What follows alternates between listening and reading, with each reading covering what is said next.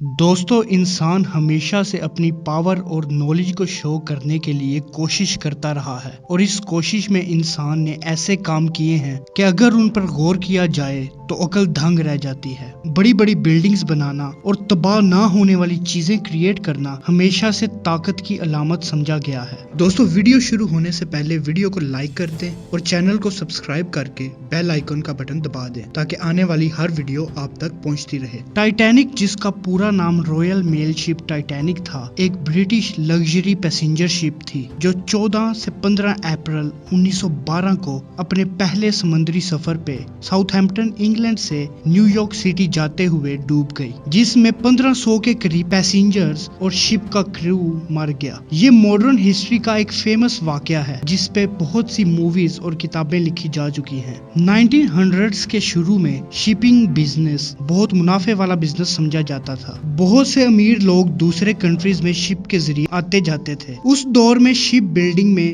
دو بڑے نام تھے جس میں وائٹ سٹار اور کونارڈ شپس شامل تھے۔ کونارڈ نے 1907 میں اعلان کیا کہ وہ دو نئی شپس لوسیٹینیا اور موریٹینیا کے نام سے بنا رہے ہیں، اور ان کا دعویٰ تھا کہ یہ اب تک کی سب سے فاسٹ سپیڈ کی شپس ہوں گی، اور بعد میں یہ ریکارڈ بھی ان کے نام ہو گیا۔ وائٹ سٹار نے جب یہ سنا تو وہ اپنے رائیولز کو ٹکر دینے کے لیے وائٹ سٹار کے چیئرمین جے بروس ازمے نے ولیم پیری سے ملاقات کی، جو اس وقت ایک شپ بلڈنگ فرم کا مالک تھا۔ انہوں نے ڈیسائیڈ کیا کہ سپیڈ کی بجائے کمفرٹ پر دھیان دیں گے، اور 3 نیو شپس دا اولمپک، دا بریٹینیکا اور دا ٹائٹینک کے نام سے بنانے کا فیصلہ کیا گیا۔ 1909 میں ان شپس پر کام شروع ہوا اور دا اولمپک اور ٹائٹینک کو ایک ساتھ ایک ہی جگہ پر بنانا شروع کر دیا گیا۔ ٹائٹینک کو ایک لگژری شپ بنانے کا ارادہ کیا گیا جو کمفرٹ کے ساتھ ساتھ ضرورت کی اور لگژری کی ہر چیز پرووائڈ کرے گی۔ اس میں ایک فرسٹ کلاس ڈائننگ سیلون، 4 ایلیویٹرز اور سوئمنگ پول بنایا گیا۔ اس شپ کی سیکنڈ کلاس میں موجود چیزیں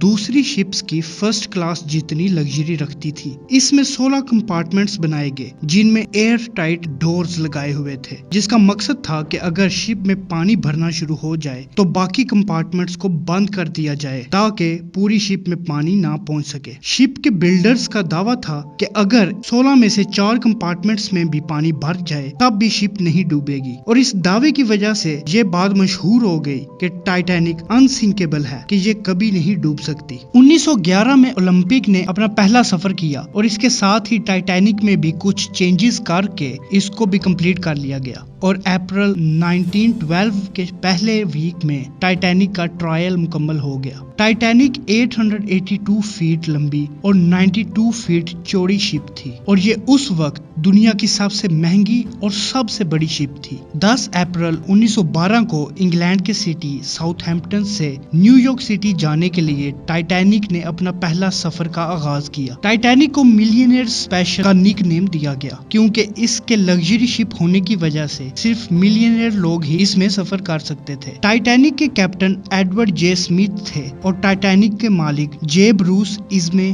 بھی اس پہلے ہسٹورک سفر پہ ٹائٹینک میں موجود تھے۔ سفر شروع ہوا انگلینڈ سے شروع ہو کے ٹائٹینک 10 اپریل کی رات کو فرانس پہنچی، اور وہاں سے بھی نیو یارک جانے والے پیسنجرز کو لیا گیا۔ 11 اپریل کی صبح ٹائٹینک آئرلینڈ پہنچی۔ یہ اس سفر کا آخری سٹاپ تھا، اور اب سیدھا اس شپ کو نیو یارک جانا تھا۔ آئرلینڈ سے دوپہر 1:30 بجے ٹائٹینک نے اپنا سفر کنٹینیو کیا۔ ٹائٹینک پر 2200 لوگ تھے، جن میں سے 1300 پیسنجرز اور باقی سٹاف تھا۔ پورے سفر کے دوران ٹائٹینک کو آئس برگ کی وارننگز ریڈیو پہ ملتی رہیں۔ 14 اپریل کی رات کو ٹائٹینک ایک ایسے ایریا سے گزر رہی تھی جس کے بارے میں مشہور تھا کہ یہاں کافی آئس برگز ہوتے ہیں۔ کیپٹن ایڈورڈ جے اسمتھ نے شپ کی ڈائریکشن تھوڑی چینج کر دی، مگر شپ کی سپیڈ 22 نوٹس برقرار رکھی۔ رات کو 9:40 پہ ایک اور وارننگ وائرلیس ریڈیو پہ دی گئی، جو کہ ریڈیو آپریٹر نے اگنور کر دی۔ 11:40 کے قریب ٹائٹینک پہ موجود آفیسر ولیم مرڈوک نے آئس برگ دیکھا جو شپ کے کافی قریب تھا۔